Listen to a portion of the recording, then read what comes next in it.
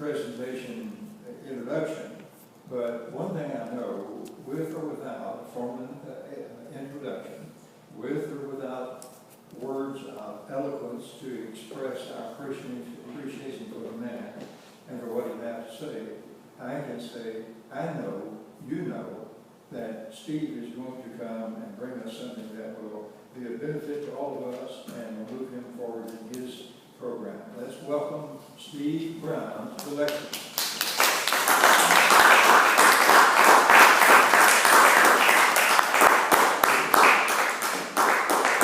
Thank you, Mr. Toastmaster. Thank you, fellow Toastmasters.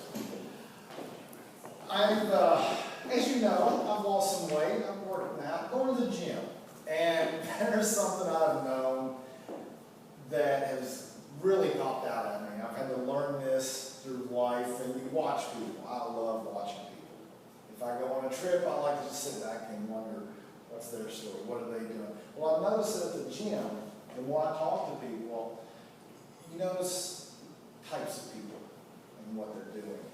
And one of the things is you've got the large person who's trying there to lose weight. They need it for their health. And so they look at people, and I've talked to these guys. These guys are like, oh, if I could just be, I wish I was smaller like that guy. That guy's normal. Why is he even here? He doesn't have to lose all the weight. He's not as big as me. What's he doing? Well, then later on, you go over and you talk to a normal person, and I'm trying to lose these love handles just right here. If I do this, then, somebody, this girl next door, she'll like me. She's, just a little bit, So, but then again, he's looking over at the real thin guy. He's thinking, he's got it easy. He's a little guy already. He's a thin guy. He's fine. What's he do? Well, that little guy that I found, he's looking at the big guy, the guy with the muscles, he's looking at him and going, look at all the muscles on that guy. I mean, he's got these muscles, and women are talking to him easily. He's muscles, hey, everybody's got muscles, he's got big ones. So he's looking over, and he looks at the guy that's, well, he's kind of normal, but there's something about him. He's the guy that can talk to everybody. He's the guy that's witty, and he's thinking, look at that guy. See, that guy, he can talk to people. I bet at work people respect him because he can make people laugh. He makes jokes, and he's funny. And so, that guy, yeah, he's funny. But he's looking over at the girl next door, and he's thinking, wow, look at her. I bet she would talk to me if I could come up with the right thing to say, if I wasn't too weird, if I wasn't too funny, because if I had more muscles, or if I didn't have the spare tire, or if I had a little extra. But then I've noticed when I talk to them, the average girl next door who's there to work out and get in shape, they're worried about the guys talking to them. You don't go to the gym to get hit on. You go to the gym to work out. So, the guy's talking to me again. Oh, these guys are just let me work out. That's all I want to do. Just let me work out.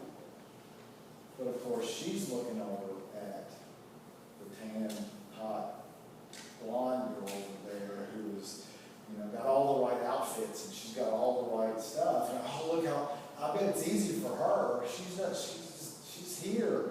She doesn't have to worry about all this. I bet she doesn't have all these guys bothering her, which we all know what to do. And so, the hot tan blonde girl's over there going, oh, look at the girl next door. I bet the guys don't bother her because she's normal and plain. But of course, when it's all said and done, when everything's all over here on the side, you got the old guys going, what is up with these young people? Quit staring at each other. Get to work.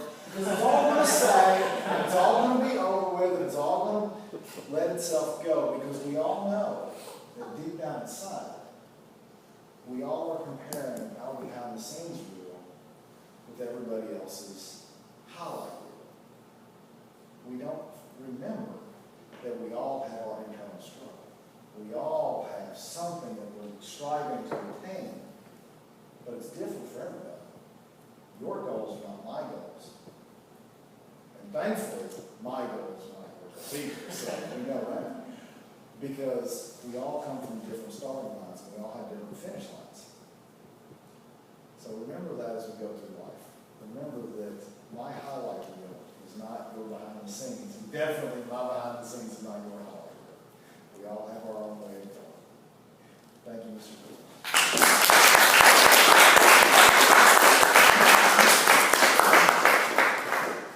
Thank you, Steve. Ladies and gentlemen, you have just seen a demonstration of effective use of words. If you've been paying attention to the others, his words obviously struck responsive chords.